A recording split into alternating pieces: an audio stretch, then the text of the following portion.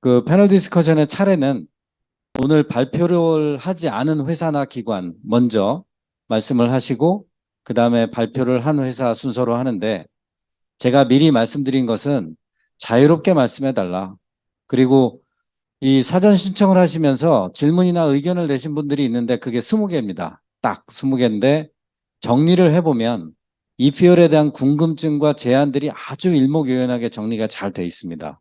그래서 오늘 주제는 EPR 산업 대도약을 위한 발전 방안에 대해서 얘기를 하자고는 했는데 일단 지금 이 패널 토론을 하시는 우리 각 부문 대표분들께서 오늘 발표를 듣고 느낀 소회 또는 평소에 생각하고 있는 EPR 발전 방안에 대한 말씀을 각 5분씩 해주시고 그 다음에 자유 토론을 하겠습니다.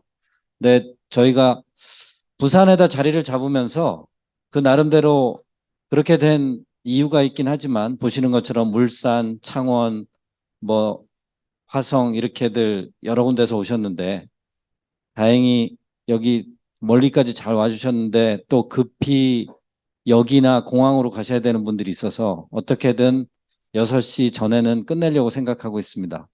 그래서 먼저 우리 최보선 자동차 과장님한테 제가 사실은 미리 정부의 입장을 밝혀달라라고 말씀을 드렸는데 뭐 그렇게 부담드리긴 그렇고요. 그냥 사견이라도 오늘 말씀을 해주시면 아마 궁금해하는 분들한테 큰 힘이 되지 않을까 싶습니다. 조 과장님. 반갑습니다. 저 산업부 자동차 근무하는 최고선이랍니다. 공무원 생활하면서 반나절 이렇게 풀리 앉아가지고 세미나를 들어본 거는 처음인 것 같습니다.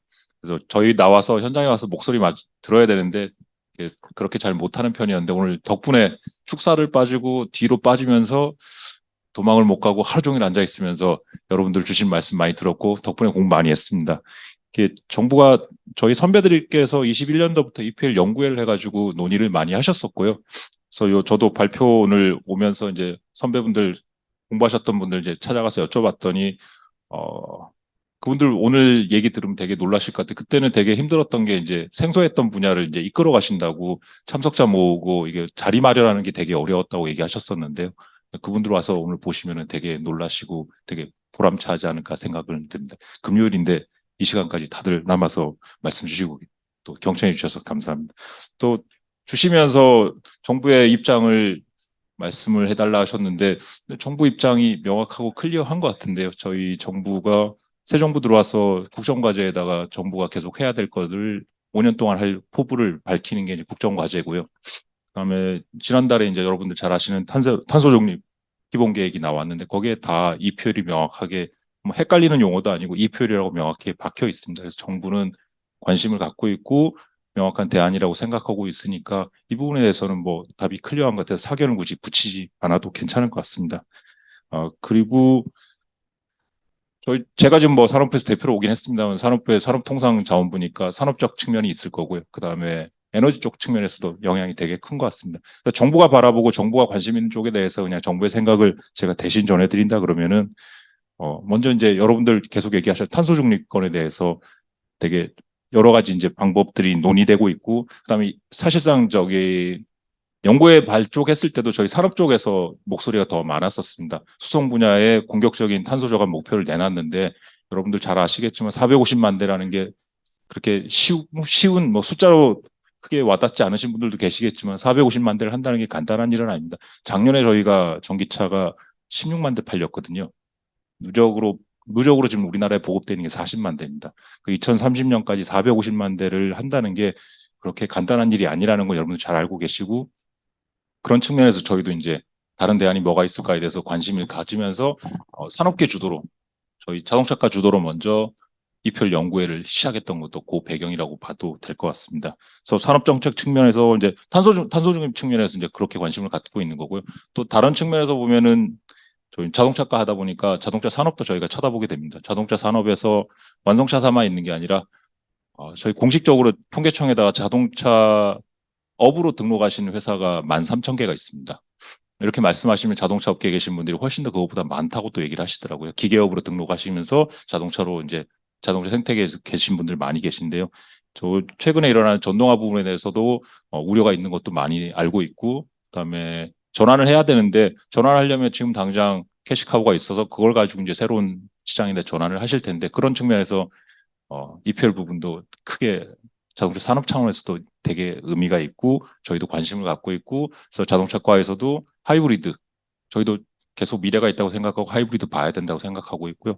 마찬가지로 이제 EPL 쪽도 내연기관 쪽에 충분히 전원 과정에서 역할을 해줄 수 있는 그런 대안이 아닐까 싶습니다. 마지막으로 제가 담당하는 분야는 아니지만은 에너지 분야가 있을 것 같습니다. 에너지는 뭐 저희 경제나 산업 쪽에서 제일 가렵고 아픈 부분이죠. 어차피 저희가 계속 수입해서 쓸 수밖에 없고 가져가야 되는데요. 에너지 시큐리티 분야에서도 충분히 큰 의미가 있을 것 같습니다. 천연 연료가 아니라 합성 연료라는 거 대단히 좀 매력적인 워딩인 것 같고요. 저는 작년 겨울을 주재관으로 유럽에서 근무했었습니다. 유럽에서 근무하면서 작년 겨울은 유럽 사람들한테 너무 길고 어려운 겨울이었었습니다. 특정 나라에게 특정 에너지원을 과도하게 의존했을 때 어떤 문제가 생기는지를 유럽에 사는 사람들이 작년 겨울에 똑같이 경험했었습니다. 여담입니다만 저는 아직 집주인하고 유틸리티 문제가 정리가 안 됐습니다. 예, 보통은 저희 유럽은 그렇게 메타링을 뭐 계약 관계가 다 다르지만은 메타링을 그렇게 빡시게 하는 편은 아니거든요. 한 달에 뭐 가량 우리 돈으로 치면 300유로 정도 내면은 보통 그냥 퉁치고 그냥 유틸리티한테 넘어가는데 계약을 보통 그렇게 합니다. 근데 이제 집주인들이 21년, 22년 살아보고 나니까 그렇게 해서 도저히 계산이 안 되다 보니까 저는 디파짓을 차감하고도 이제 저 양반하고 이제 정리가 안 돼 있는 부분이거든요. 그래서 작년 겨울에 3배, 4배, 5배 전기요금, 가스요금 오른 걸 많이 경험했었고, 그다음에 실제 손님들 호텔에 오셨던 분들 온수를 10시까지만 틀어준다든지 아니면 난방을 22도까지만 한다는 거. 한국에서는 상상하기 어렵겠지만 유럽에는 실제 겪었고 그 사람들이 느끼는 시큐리티에 대한 우려 되게 큽니다. 그래서 지금 오늘 논의하셨던 것도 에너지 안보 측면에서도 되게 의미가 있는 거 아닐까. 요 세 가지는 정부가 좀 바라보는, 여러분들이 보시는 기술적인 측면 말고 정부가 좀 바라보는 시선에서 관심사항을 말씀드렸고요. 그래서 다시 한번 정부는 관심이 있고 정부는 할 의지가 있다는 거. 그래서 말로만 안 그치고 정부가 실제 좀 R&D, 지금 당장 급한 건 R&D지 않습니까? R&D를 하는 거 보니까 아까 소개해 주셨지만은 22년부터 100억짜리 이제 사업 하나 시작했고 올해도 사업을 하나 또 한다고 들었습니다. 그리고 오기 전에 에너지 기술과에 확인하니까 밖에 이제 대외적으로 공식적으로 어나운스 할 정도 수준은 아니지만은 군용 쪽에도 수요가 많이 있는 것 같습니다. 그래서 저희하고 방사청하고 국방부하고 해서 3개 부처가 공동으로 R&D를 좀 덩어리를 크게 하려고 그렇게 한다고 드렸으니까 그것도 자세한 내용도 곧 안내 드릴 수 있을 것 같습니다. 그래서 그렇게 R&D 쪽도 정부가 관심을 많이 갖고 있다는 얘기를 드리고 앞으로 새로운 사업을 하려고 노력을 많이 하겠습니다. 다음에 이제 보면은 오늘 주신 말씀 봐서는 되게 먼 훗날 같은 혹시 쓸 수도 있어 이런 수준은 아닌 것 같아요. 가능성을 논의한 수준에서 우리 제도권으로 편입된다 그러면 무슨 일이 생길까도 저희도 고민을 해야 될 것 같고요. 그래서 곧 사용할 수 있다는 전제로 제도화되는 과정에서 필요한 것들이 분명히 많이 있을 겁니다. 당장은 아니지만 이것도 차근차근히 준비를 해놔야지 시장의 혼선이 덜할 것 같다는 생각을 제가 했고요. 당장 뭐 이렇다 저렇다 답은 아니겠지만 쉽게 생각해 보면 뭐 오늘 논의했던 EPL은 저희 뭐 공무원들 틀에서 보면은 법에서 석유 대체연료 사업법으로 가야 될런지 아니면은 신재생 에너지법으로 가야 될런지 이 연료를 어떻게 규정할 것이냐에 따라서 연료의 성격도 달라지고 제도상에서 받을 수 있는 지원 제도도 달라질 거거든요. 그런 부분도 분명히 논의가 돼야지 나중에 상업화가 됐을 때 제도권에서 어떻게 풀어질 건지. 뭐 당장 이 법이 맞다 저 법이 맞다 논의하자는 건 아니고요. 여러분들 열심히 기술 개발해 주시는 거고 정부 사이드에서 해야 될 부분은 그런 부분이 아닐까 하는 생각을 했었습니다. 그래서 시장을 저희가 어, 열심히 부단히 시장의 움직임을 쳐다보면서 시장을 쫓아갈 수 있도록 노력하도록 하겠습니다. 그리고 어, 아까 서두에 연구회 하셨던 저희 선배 공무원들 상의하면서 그분들은 그때는 그게 제일 아쉬웠었나 봐요. 저희 의지와 저희 관심에 비해서 이렇게 같이 하시는 분들이 좀 덜했다는 마음들은 있으셨던 것 같더라고요. 그래서 물론 또 소비 측면에서는 경쟁력인 가격이 나와야지 쓰지. 생산 쪽에서는 뭐 쓴다는 얘기가 있어야지 우리가 대량으로 해서 상업화를 해보지. 양쪽에 이제 그렇게 돼 있는 건데요. 그걸 뭐 잘 절충하고 판을 만들어가는 게 정부의 역할이기도 하겠습니다만은 조금 더 관심을 더 가져주셨으면 하는 마음도 있고요. 저기 군사용 부분도 이제 반드시 이제 정부가 봐야 되는 부분인 수요 사이드니까 저희가 했던 거기도 하지만은 당시에 또 배경을 물어보면은 민간에서 그렇게 연구개발 수요가 그렇게 많지 않았다는 얘기도 들은 적이 있습니다. 그래서 여러분들 오늘 계기로 해서 조금 더 많이 관심 가져주시면 좋지 않을까 싶습니다. 예, 저는 뭐 우선 여기까지만 하겠습니다. 감사합니다. 감사합니다. 저도 한 자리에서 과장님 이렇게 오래 앉아 계신 거 처음 봤는데요. 정말 잘 정리해 주시고 입장 잘 표명해 주셔서 감사합니다. 힘이 되시죠? 자, 다음에 우리 그 한화에어로스페이스의 박효 상무님 말씀 듣겠습니다. 사실 그 한화에어로스페이스의 그 CTO이신 그 김원욱 전무께서 꼭 와서 듣겠다고 사실 재작년 EPR 연구회 때부터 저한테 굉장히 자주 연락을 하셨었는데 그래서 이걸 하면서 예, 합니다. 그랬더니 저 안 되는데요. 그래서 지금 박상무님이 와 계신데 저 이 얘기 좀 듣고 싶습니다. 정말 날아다니는 걸 하시는 입장에서 어떠신지 말씀 부탁드리겠습니다. 안녕하세요. 하나 에어로스페이스 박효 상무입니다. 지금 배 교수님이 말씀하셨지만 그보다는 그 이전 발표 때 이동훈 박사가 별 관심 없는 이라는 얘기 했을 때 좀 마음이 좀 뜨끔했습니다. 뭐 말씀드리자면 국내에서 항공 엔진을 개발하고 있다는 거를 아는 분도 사실 많지는 않을 것 같습니다. 특히 하나 에어로스페이스라는 회사에서 항공기 엔진을 만들어? 뭐 그런 부분에 대해서는 대부분 모르지 않을까 싶은데요. 그런 부분에서 오히려 저희가 이 이피얼이 뭐 그러니까 보편화되고 개발이 됐었을 때 가장 수혜를 받을 수 있는 산업 분야임에도 불구하고 그 뭐 아까 말씀드린 것처럼 별 관심 없는 그런 부분이 이렇게 딱 꼭 집어서 이렇게 표현을 하시니까 좀 저희 좀 뭐라고 해야 되나요? 죄송스럽기도 하고 이 자리에 앉아 있는 게 오늘 발표를 보면 많은 분야에서 많이 열심히 하시고 공부하시고 스터디하시고 EPR 개발을 위해서 다 각도의 이렇게 노력들을 하고 계신데 그 부분에 비하면 저희는 아직은 항공기 엔진을 국산화하기 위한 그런 노력을 하고 있다는 단계를 보시면 될 것 같습니다. 발전용 같은 경우는 최근에 이제 실제 그 300메가급 가스터빈이 이제 시운전이 들어간 상태고요. 하지만 그 항공용 가스터빈은 그 미사일에 들어가는 정도 수준이지 아직 저희가 그 민항기나 그 전투기에 들어가는 엔진을 직접 개발할 수 있는 역량은 되지는 않고요. 그래서 아까 과장님 말씀하신 것처럼 국내에서도 작년부터 그 방사청, 그다음에 국방부, 산업부 주관으로 해서 국내에서도 이제 독자 엔진을 개발해야 된다. 그런 소요가 있고 그거에 맞춰서 저희 하나 에어로스페이스하고 ADD 이제 국방과학연구소와 이제 그런 개발을 시작했다고 보시면 될 것 같습니다.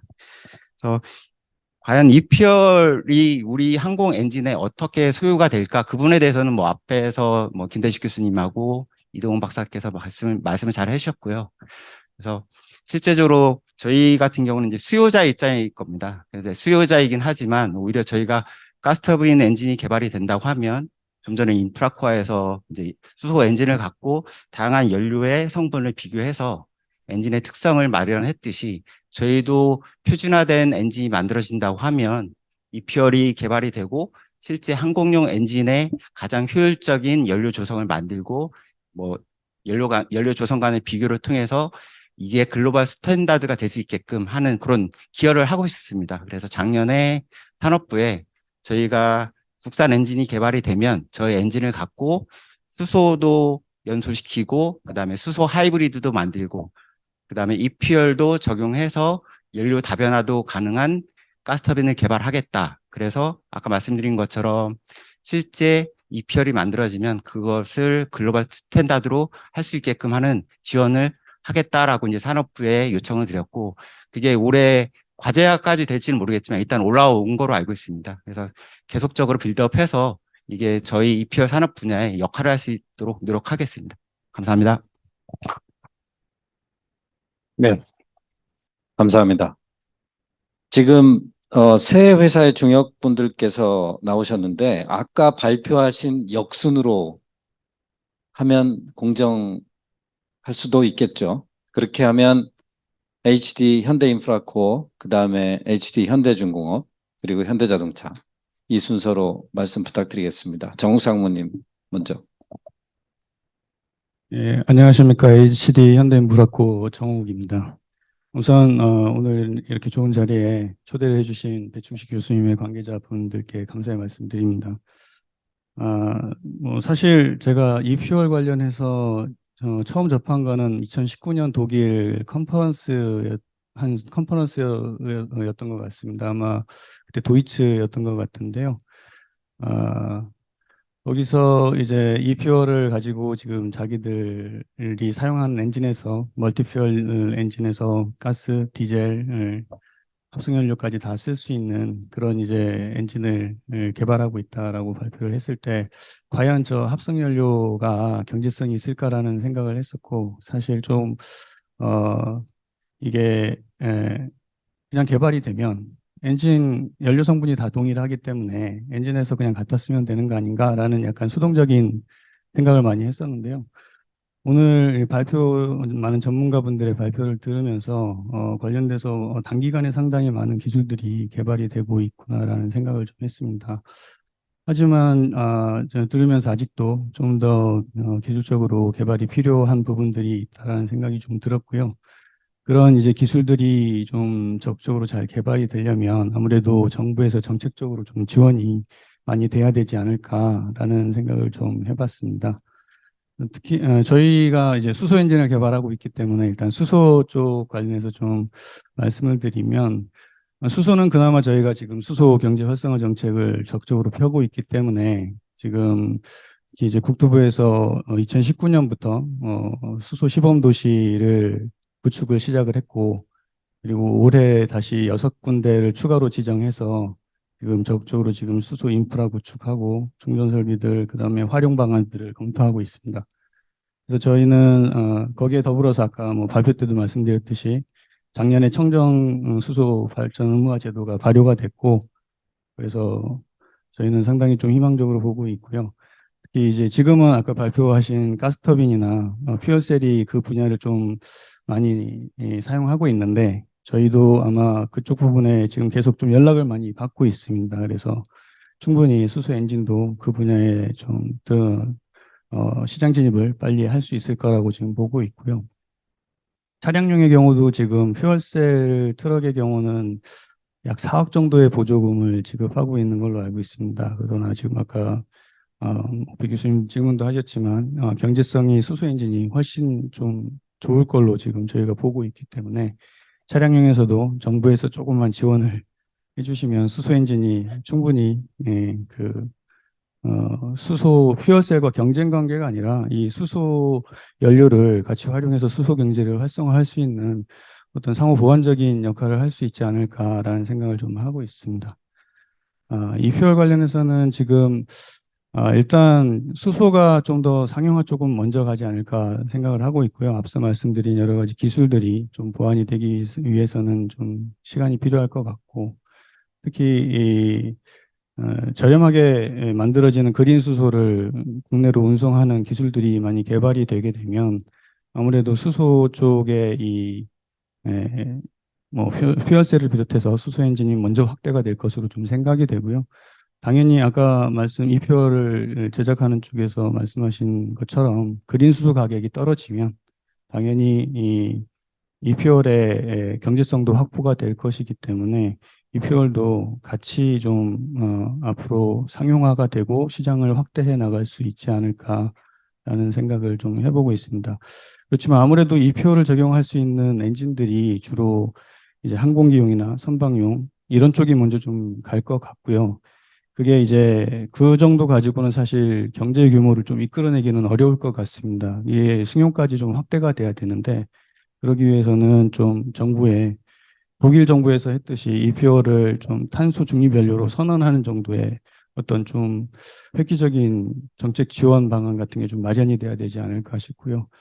사실 이런 아마 재작년에 수송용 탄소 중립 연료 연구회가 발족이 된 걸로 알고 있고 오늘 이런 자리가 마련됐다는 것 자체가 이미 이런 정부의 정책이 변화에 시작이 이미 됐다고 볼 수 있지 않을까 싶습니다. 그래서 오늘 여기 모이신 각 전문가분들이 계속 기술 개발에 힘을 내주시고 정부의 지원이 된다면 충분히 이 퓨얼도 상용화되고 시장 확대를 계속 해나갈 수 있지 않을까 생각합니다.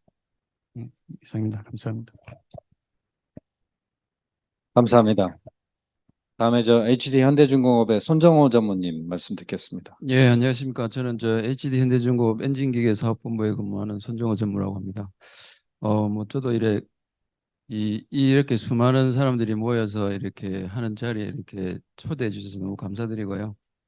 일단 그 참석하기 전에는 제가 조금 이게 뭐 외롭다고 해야 되나? 아니면 그 기자재 업체만으로서 또 그다음에 선박이나 이런 쪽이 그 전체 그 산업 규모에 따져보면 그렇게 큰 포션이 아니기 때문에 이 과연 EPL이라는 이런 아젠다를 가지고 이렇게 논할 수 있는 자리가 있을까라고 했는데 뭐 배충식 교수님께서 이렇게 또 이런 자리에 흔쾌히 또 처음으로 이렇게 초대해 주셔서 너무 감사드립니다. 뭐 조금 전에 말씀드렸지만 그 제가 그 이퓨얼 그 관련해서 처음 접했던 거는 뭐 연도는 비슷한 것 같은데 저도 2019년에 그때 시막 월드 컨그레스라고 밴쿠버에서 열렸던 뭐 선박 내연기관 관련한 국제 학회가 있습니다. 그때 테크니컬 프로그램이 중에 하나가 침신 그 계곡에 있는 그 카본 엔지니어라고 잘 아실 겁니다. 빌 게이츠가 투자한 회사라도 유명한데 거기 가서 뭐 하여튼 조그마한 컨테이너 들어가서 뭐라고 꺼내 놓는데 이제 그게 냄새 맡아보고 하니까 거의 경유 같은데 그게 결국은 이퓨얼이라고 하더라고요. 그래서 이게 이퓨얼이 이게 도대체 우리한테 무슨 영향을 미칠까라고 하고 돌아왔는데 이게 그 점점 검토해 보니까 탄소 중립에 대한 그때는 용어는 없었지만 나름대로는 경제성은 없지만 어떤 적정한 대안은 될 수 있겠다라고 이렇게 하던 차에 그 한 1년이나 2년 뒤에 지나 보니까 이 각 저희 선박을 발주하는 선주 쪽에서 아니 이 CO2 규제 이거 왔는데 도대체 이게 현대중공업 그래도 나름대로는 선박 관련해서는 1위 하는 회사니까 대안이 뭐냐? 근데 대안을 뭐냐고 조선소에 물어봐야 그 답은 그 안에 들어가는 엔진이 죄인이기 때문에 엔진에서 답을 해줘야 되겠더라고요. 이 뭐 아까 말씀드렸던 게 선박이라는 게 한번 발주해서 사용하면 25에서 30년을 쓰기 때문에 이게 내구성도 좋아야 되고 그 다음에 지금 사가면 그 25년에서 30년 뒤가 예를 들어서 30년이나 40년, 50년 뒤에 그 규제치를 만족해야 되기 때문에 도대체 이게 답이 없는 거죠. 그래서 그나마 좀 저희가 조금 그 힘을 얻었던 거는 그 다행히 수소는 조금 저희가 그 도전하기에는 그 큰 엔진에서는 이미 제일 큰 엔진을 만드는 마흔이나 윈지디 쪽에서 이미 그 수소에 대한 부분들을 포기했기 때문에 포스트로크에서는 어떤 가능성은 있었다고 하지만 수소는 조금 더 뒤에 해도 될 것 같고 대신에 이 메탄올이나 이 암모니아와 같은 그 이퓨얼이 있다라고 하는 부분을 알게 됐고요. 다행인 부분들은 이미 선박은 그 암모니아 운반선이나 메탄올 운반선이 이미 있습니다. 저희가 이게 그 어떤 산업적으로 사업적으로 전략을 펼 때 어떤 새로운 연료에 대한 부분들은 여러 가지 그 효율적인 부분이라든지 내구성적인 부분이 어떤 제품적인 특성 외에 그 LNG 자체가 지금 붐이 일어나는 게 보면 인프라 구축이 얼마나 빨리 됐냐, 제대로 되느냐, 그다음에 국내에 어떻게 구축이 되어 있냐가 중요한데 선박 같은 경우는 화석 연료지만 이미 메탄올이나 암모니아에 대한 운반선이 있기 때문에 거기 화물을 연료로 사용을 하게 되면 어찌 보면 화석 연료 기반의 그 메탄올이나 암모니아 엔진이지만 그게 30년 뒤에 30년 뒤에나 이런 쪽은 그냥 이퓨얼의 동일한 어떤 성상만 가지고 있다면 그대로 쓸 수 있기 때문에 하나의 어떤 좋은 논리가 되는 거죠. 그래서 그때부터 저희가 2019년 이후에 저희가 그 메탄올 엔진, 그다음에 암모니아 엔진, 수소 엔진 이렇게 해서 2025년까지 조금 도전적이지만 저희가 개발을 하자고 내부적으로 목표를 세웠는데 이제 저희 경쟁사가 되는 유럽에 있는 유수 엔진 메이커들도 그 비슷한 시점에 그 엔진들을 출시하는 그런 계획을 발표하더라고요. 그래서 저는 그 유독 그 선박 쪽에서 그 머스크가 발주한 이 메탄올 기반의 어떤 선박이 발주된 거가 왜 빨랐냐고 하는 부분들이 좀 그런 30년, 40년 뒤에 어떤 그 목표를 이미 요구하는 그 선박 시장의 어떤 특성 때문에 저희가 좀 절박한 그 부분으로 해서 저희가 25년에 e-fuel 기반의 연소가 가능한 엔진들을 개발한 계획을 수립하지 않았나 이런 생각을 하고 있습니다. 그리고 이게 이제 e-fuel 관련해서 저희가 아무래도 저희가 엔진을 갖고 있다 그러면 거기에 맞는 성능이라든지 에미션이나 이런 부분들을 맞춰주는 거는 저희가 뭐 기자재 업체니까 당연하겠지만 결국엔 고객에서 그 엔진을 선택을 하는 기준은 결국엔 연료의 가격이 굉장히 중요하기 때문에 처음에 저희가 제가 e-fuel을 만났을 때는 이거 우리나라도 이거 진짜 산유국이 될 수 있겠다 했다가 이제 지금 이제 풍의 질이라든지 태양광의 질이 그렇게 우리나라가 그렇게 우수하지 않아서 아시겠지만 e-fuel은 그 전기 가격이 결국에는 결정하는 요인이기 때문에 이게 좀 아쉽지만 그래도 뭐 엔진은 있을 것 같으니까 개발을 하자 했는데 머스크 사례나 이런 걸 보면 결국에는 처음부터 머스크도 확신을 가지고서 이 메탄올을 생산하는 벤처에다가 투자를 하고 투자를 하면서 각 항구의 그런 부분이 수급이 될 수 있는 인프라를 미리 시작을 하면서 그런 부분들을 엔진 메이커하고 조선소하고 그 다음에 산학이나 이런 쪽에 연계를 가지고서 어찌 보면 시장을 만들었다고 볼 수도 있거든요. 근데 그런 효과가 결국에는 저희도 지금 메탄올 엔진은 세계에서 그냥 거의 독점하는 형태로 지금 사업을 하고 있고 머스크도 처음에는 제가 저 유럽 선주 이렇게 만나보면 머스크가 저 사기친다고 이렇게 얘기를 많이 했었습니다.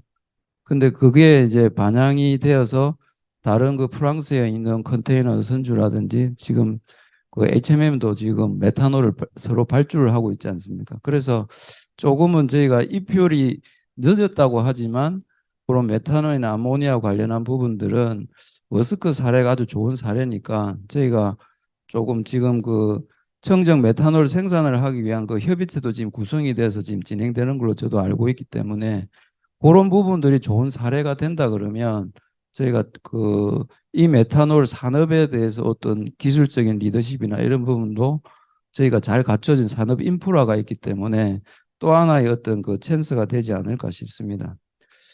그리고 저희가 지금 이제 메탄올이나 암모니아에 관련한 부분들을 이제 생산하면서 조금 애로사항이라고 하면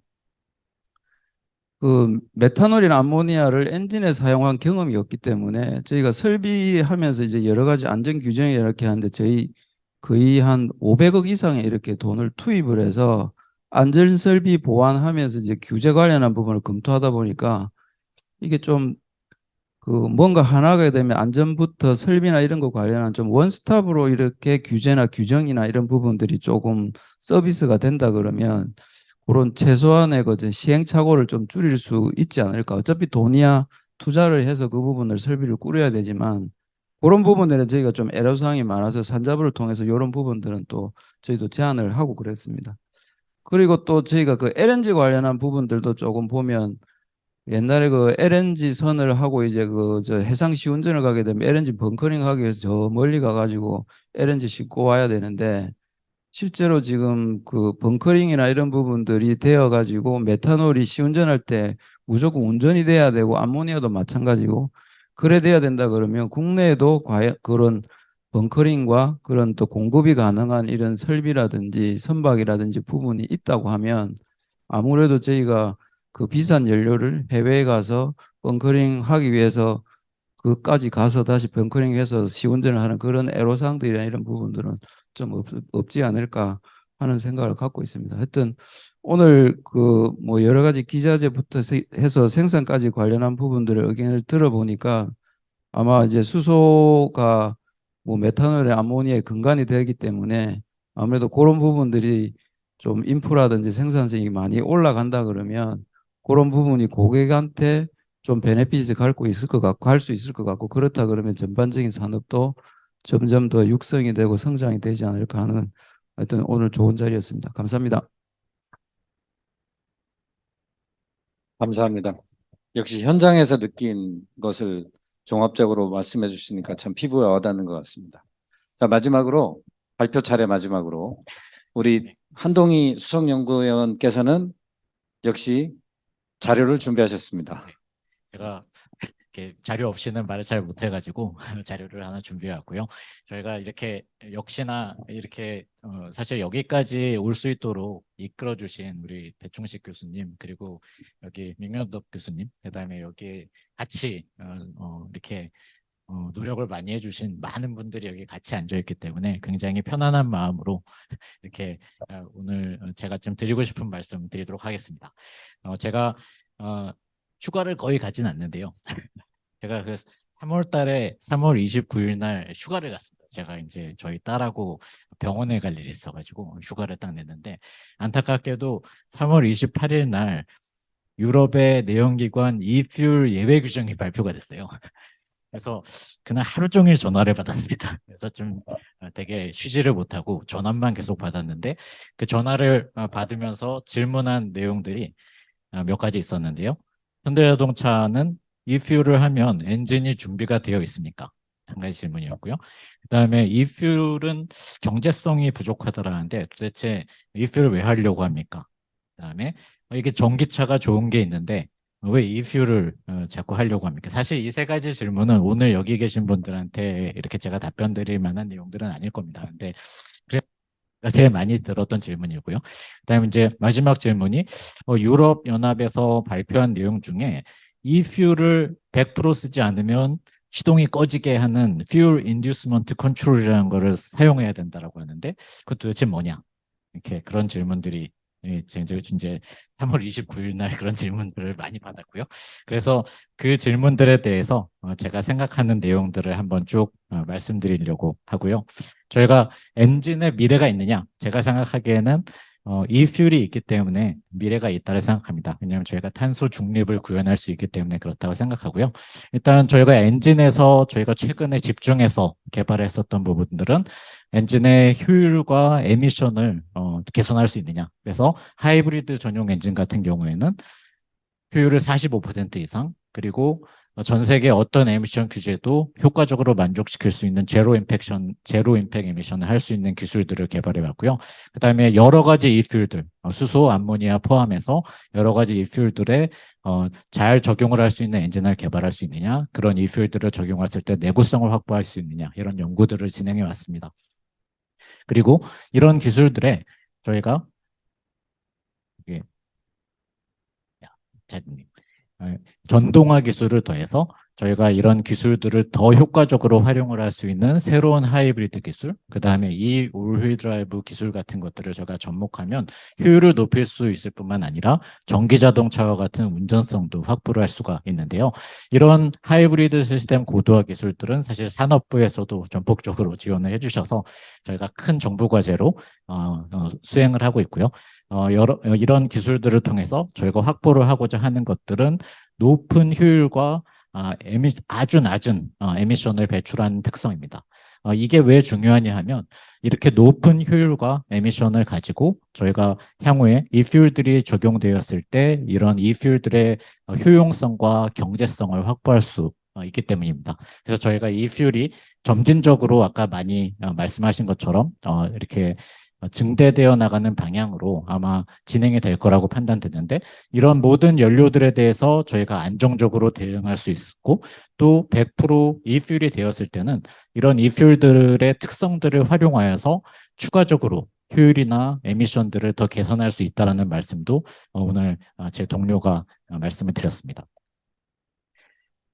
저희가 이제 두 번째로는 이퓨얼의 경제성적인 측면은 아까 그런 효율과 이제 에미션들을 최소화한 상태에서 보더라도 저희가 통상적으로 이퓨얼에 대한 경제성을 이야기를 할 때 동등한 친환경 발전 인프라에서 100이라는 에너지를 저희가 생산한다 그러면은 저희가 사실 전기 자동차까지는 전력 배분을 통해서 굉장히 높은 거의 손실이 없이 에너지가 전달이 됩니다. 반면 이퓨얼의 경우에는 오늘 여러 가지 프로세스에 대해서 말씀해 주셨지만 대략 절반 정도의 에너지만 저희가 차까지 전달이 되고요. 잘 아시는 것처럼 전기 자동차는 효율이 굉장히 높아서 굉장히 많은 에너지를 실제 주행 에너지까지 사용할 수 있는 데 반하여 저희가 내연기관 차량 같은 경우에는 효율이 평균적으로 25% 정도 되기 때문에 굉장히 작은 포션만 이 에너지를 활용할 수 있고 배충식 교수님께서 초반에 이 내용에 대해서 말씀해 주셨습니다. 근데 저희가 오늘 토의에서도 많이 토의가 되었지만 조금 더 전략적으로 접근을 한다면 예를 들면 저희가 전 세계적으로 봤을 때 이런 동일한 인프라를 저희가 설치를 하면 어떤 지역은 100이라는 에너지를 얻는데 반해 똑같은 인프라에서 어떤 지역에서는 3배에서 4배가 높은 같은 태양열 강판이나 이런 풍력 발전을 설치하여도 얻을 수가 있고요. 이런 전략적인 접근을 한다 그러면은 저희가 같은 인프라를 이런 중동 지역이나 아니면 남미 지역 같은 데 설치를 한다면은 훨씬 더 동일한 인프라에서 많은 에너지를 얻을 수 있고 이 퓨리를 가지고 있는 가장 큰 장점인 높은 에너지 덴시티를 가진 캐리어, 에너지 캐리어라는 장점을 통해서 전 세계에 이송이 가능하고요. 이걸 통해서 저희가 또 효율이 저희가 이제 산업부하고 과제하고 있는 이런 과제를 통해서 저희가 차량에서 평균적으로 40% 이상의 효율을 넘는 하이브리드 자동차를 개발할 수 있을 것으로 생각하는데요. 이렇게 되면 거의 이런 경제성적인 측면들도 조금 더 전략적으로 접근할 수 있다라고 생각합니다. 저희가 보통 전기자동차를 저희가 탄소 중립을 이루기 위해서 전기자동차가 굉장히 효과적인 수단이라는 것은 전혀 이론의 여지가 없고 저도 반드시 그렇게 생각합니다. 전기자동차를 공격적으로 보급을 하고 그런 인프라를 확보하는 것들은 굉장히 중요한 일이라고 저도 생각하고요. 반면에 이렇게 전기자동차가 굉장히 효과적으로 이산화탄소를 배출을 저감하기 위해서는 이것을 이 과정 중에 어떤 오버슈트가 반드시 필요합니다. 이런 오버슈트는 근데 거치지 않으면 이 전기자동차가 이런 효과들을 발생시킬 수 없기 때문에 꼭 필요한 오버슈트라고 생각이 되고요. 사실 이런 오버슈트들을 상쇄시킬 수 있는 기술들이 오늘 제가 말씀드렸던 고효율 하이브리드 기술 그리고 점진적으로 저희가 이퓨 혼합도를, 일수를 낮은 퍼센트부터 100%까지 이렇게 상승시켜 나간다 그러면은 저희가 이 두 기술들이 모두 탄소 중립을 이룰 수가 있고요. 그러면 이 두 기술들이 지속 가능하게 저희가 탄소를 이 기술들이 단순히 어떤 과정에 있는 기술이 아니고 굉장히 지속 가능한 기술이 될 수 있다라고 생각이 됩니다. 그리고 당연히 이런 것들을 저희가 구현하기 위해서는 이런 효율의 개선이나 오늘 말씀해 주신 그런 기술의 혁신이 가장 중요한 내용이라고 생각을 하고 있고요. 마지막으로 이제 굉장히 제가 질문이 많이 받았던 내용 중에 도대체 Fuel Inducement 시스템을 만들어 가지고 시동을 끄게 하는 장치는 뭐냐? 이 fuel을 안 넣으면. 그래서 저도 사실 이거 잘 몰랐습니다. 근데 저도 유럽에 있는 분들하고 여러 협력사들하고 굉장히 많이 토의를 했고 그걸 통해서 이제 조금 판단을 해봤는데요. 저희가 A라는 1번 이퓨얼 주유소에서 저희가 이렇게 주유를 할 때 이 주유에 그 해당되는 주유량하고 이런 주유한 연료를 이렇게 클라우드 같은 데다가 전송을 합니다. 중앙 서버에다가. 근데 유로 7이라는 규제에서 온보드 모니터링이라는 거를 강제하려고 하고 있는데요. 그 온보드 모니터링이라는 걸 강제하면 뭘 알 수 있냐 하면 이 자동차가 주행을 하면서 CO2를 얼마 정도 배출하고 있느냐를 실시간으로 어떤 서버에 전송해야 됩니다. 그게 이제 규제입니다. 유로 7의 규제이고요. 그 다음에 두 번째 주유소에 가서 요 연료 집어넣게 되면요. 저희가 요 과정 중에 발생한 CO2도 알 수 있게 되고요. 여기에 중간에 어떤 다른 연료를 넣었다면 이 연료가 어디서 들어왔는지도 모르기 때문에 이 CO2의 출처가 정확하게 나옵니다. 그러면 이 과정을 거치면 사실 이게 100% 이퓨얼이 아니더라도 이 연료는 한 80% 이퓨얼이다. 그러면 사실 CO2가 어느 정도 실제로 배출이 됐고 전체적으로 이런 과정들이 그래서 어느 정도 CO2가 배출되는지를 모니터링을 할 수 있기 때문에 이런 시스템들을 저희가 갖춘다라고 하면 굉장히 유용하겠다라고 하는 판단이 들었고요. 저희 이걸 활용한다면 아까 조금 이제 이퓨얼과 연료의 특성들에 대해서 말씀드렸지만 저희가 요렇게 요런 이 여기는 어떤 이퓨얼이 들어있고 여기는 어떤 이퓨얼이 들어있는지를 알기 때문에 저희가 이게 클라우드에 전송이 되어 있고 이 정보를 저희도 알 수 있다면 저희가 이 엔진에 들어가 있는 연료의 정보를 정확하게 알 수 있고 그거를 저희가 요즘에 많이 이야기하는 소프트웨어 드리븐 비클의 핵심인 오버 더 에어 트랜스퍼를 통해서 이런 정보들을 활용할 수 있다면 실제로 이 차량에서 발생되는 CO2라든지 에미션을 최적화하는 제어도 가능하겠다. 그래서 이게 단지 어떤 그냥 이퓨얼의 어떤 그냥 단순한 이렇게 새로운 연료가 아니고 더 많은 가능성을 저희가 내포하는 기술이 되겠다 하는 생각들을 하게 되었습니다. 그래서 이런 기술들이 굉장히 앞으로 발전 가능성이 높고 이런 부분들을 정부에서도 많이 지원해 주셨으면 좋겠고요. 마지막으로 제가 한 말씀 드리고 싶은 부분은 저희 초등학생 저희 딸도 인플레이션 리덕션 액트를 잘 압니다. 워낙 유명한 법이라서 근데 거기에서 아는 내용은 뭐냐면 전기자동차 원산지를 규제한다를 압니다. 근데 사실 그 인플레이션 리덕션 액트에는 어떤 내용도 있냐면요. 저희가 그린 수소를 제조하면 킬로그램당 3에서 5불의 서브시디를 주는 보조금을 주는 제도도 있고요. 인플레이션 리덕션 액트에는 1톤의 CO2를 저희가 예를 들면 다이렉트 에어 캡처 같은 기술로 캡처하면 130에서 180불의 서브시디를 준다라는 그런 내용들도 있는데요. 그건 사람들이 잘 모릅니다. 근데 잘 아시는 것처럼 이 퓨를 저희가 잘 활성화하기 위해서는 전기 자동차가 이렇게 잘 활성화가 됐듯이 그런 서브시디가 반드시 필요한데요. 이런 서브시디를 통해서 저희가 아까 발표를 보면 그린 수소 같은 경우에는 한 5불에서 7불 정도 1kg 될 것 같으니까 거의 절반 정도를 서브시디로 미국에서는 주는 거고요. 아까 말씀하신 150불의 1톤 CO2를 캡처할 수 있는 다이렉트 에어 캡처 시스템이 있으면 CO2를 캡처하면 돈을 벌 수 있는 상태가 되는 겁니다. 그래서 그런 부분들을 정부에서도 조금 정책적으로 지원을 해주신다면 이런 이퓨얼들을 저희가 전기에 나가는 데 있어서 전기차처럼 효과적으로 전개할 수 있지 않을까 생각이 됩니다. 감사합니다. 감사합니다. 제가 이 한동희 박사님 얘기를 들으면 항상 이 지혜와 정보의 그 집합체라는 느낌이 듭니다. 정말 잘 정리해 주셨습니다. 제가 아까 그 효율과 비용에 대해서 할 때 왜 저 생각을 못 했을까? 결국 역산한 것처럼 77대 77이 나오는데 감사합니다.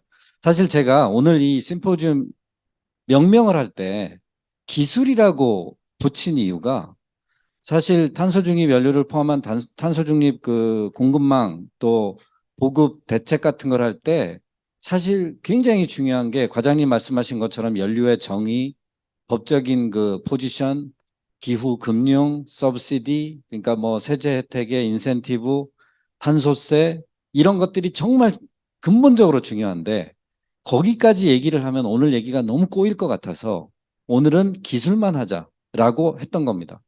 근데 이제 얘기를 하다 보니까 자연스럽게 저도 아까 비용 물어봤고 지금 한 박사님도 마지막 순간에 이제 결국은 시장에 디플로이먼트 될 때 중요한 요소들을 얘기를 했습니다. 그거는 다음에 제가 자리를 마련하겠습니다. 사실은 중간에 프로그램 바뀐 걸 인지하신 분이 계신지 모르겠는데 서울대 김희집 교수님이 원래 본인이 여기 꼭 오고 싶다고 그래서 프로그램에 잠시 넣은 적이 있어요. 근데 다른 회의가 있어서 오늘 못 오셨는데 한편으로는 김 교수님한테는 죄송하지만 다행입니다. 왜 그러냐면 오셨으면 말이 너무 복잡해졌을 거예요. 근데 마지막에 이 문제 제기 내지는 중요한 부분에 대한 링크를 말씀을 해주셔서 대단히 감사합니다. 그리고 이 순간 제가 다시 한번 죄책감을 느끼는 게 6시 전에 끝내겠다고 했는데 지금 6시가 바로 이제 지척에 있습니다. 그럼에도 불구하고 토론회는 토론회니까 토론회인데 토론은 안 하고 지네끼리 할 말만 하고 끝내냐? 그 얘기는 저도 듣고 싶은 마음이 없어서 플로어나 아니면 오늘 발표해 주신 연사분 중에 꼭 보태고 싶은 말씀 있으면 적어도 오늘 결론은 못 내더라도 앞으로 우리가 제가 약속드리는데 이 오픈 컨소시엄 형태의 이퓨얼 컬러키움은 계속 진행을 할 거고요. 그리고 조직위원분들께서 이번에는 2달도 안 되는 기간 동안에 많이 쓰셨는데 이제는 조금 더 조직적이고 체계적으로 진행을 할 테니까 그 약속을 드리면서 그 의견, 토론할 내용 있으신 분은 한번 말씀해 주시죠. 없으시면, 네. 저기 마이크 좀, 예, 부탁드립니다.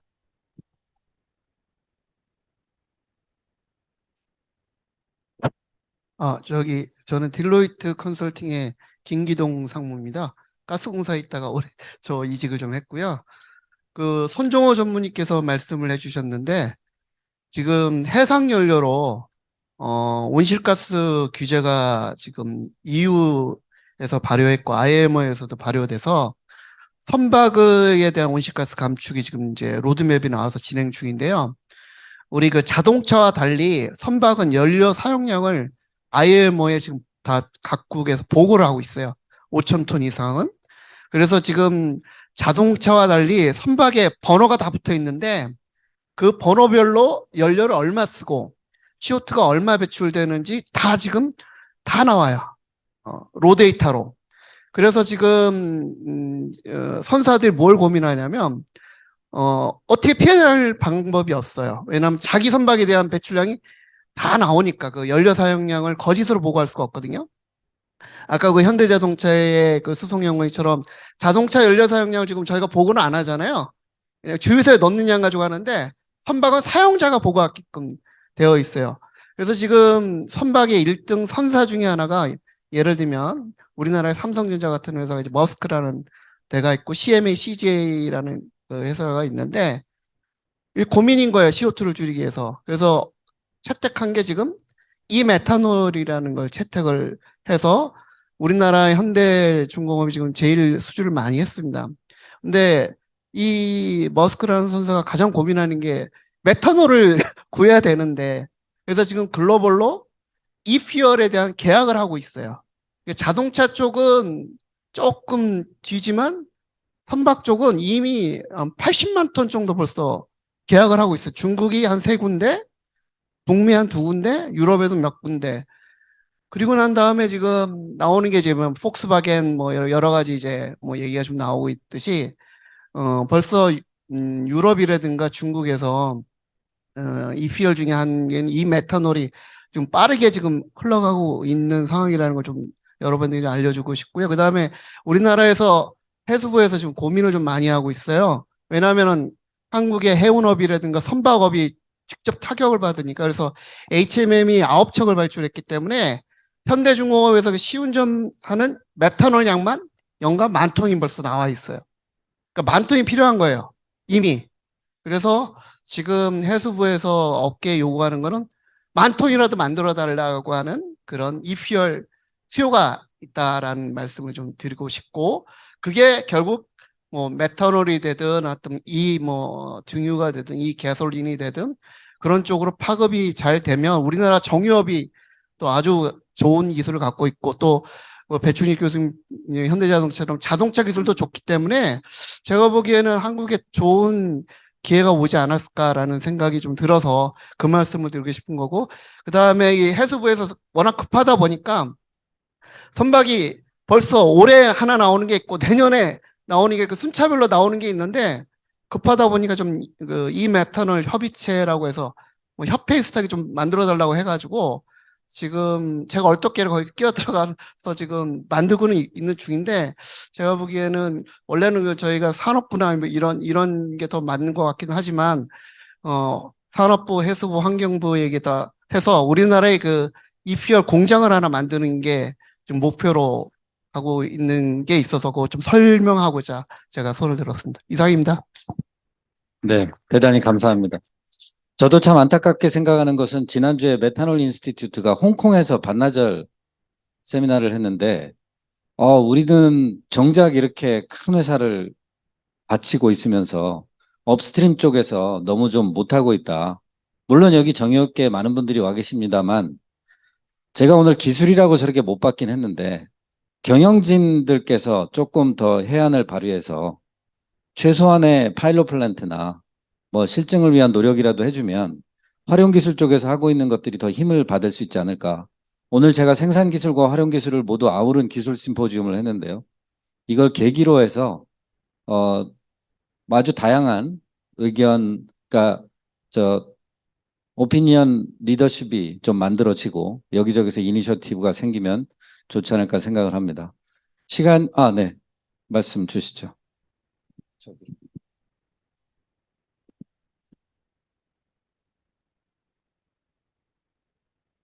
아, 네. 저는 자동차 전문 매체 오토타임즈 김수환 기자라고 하는데요.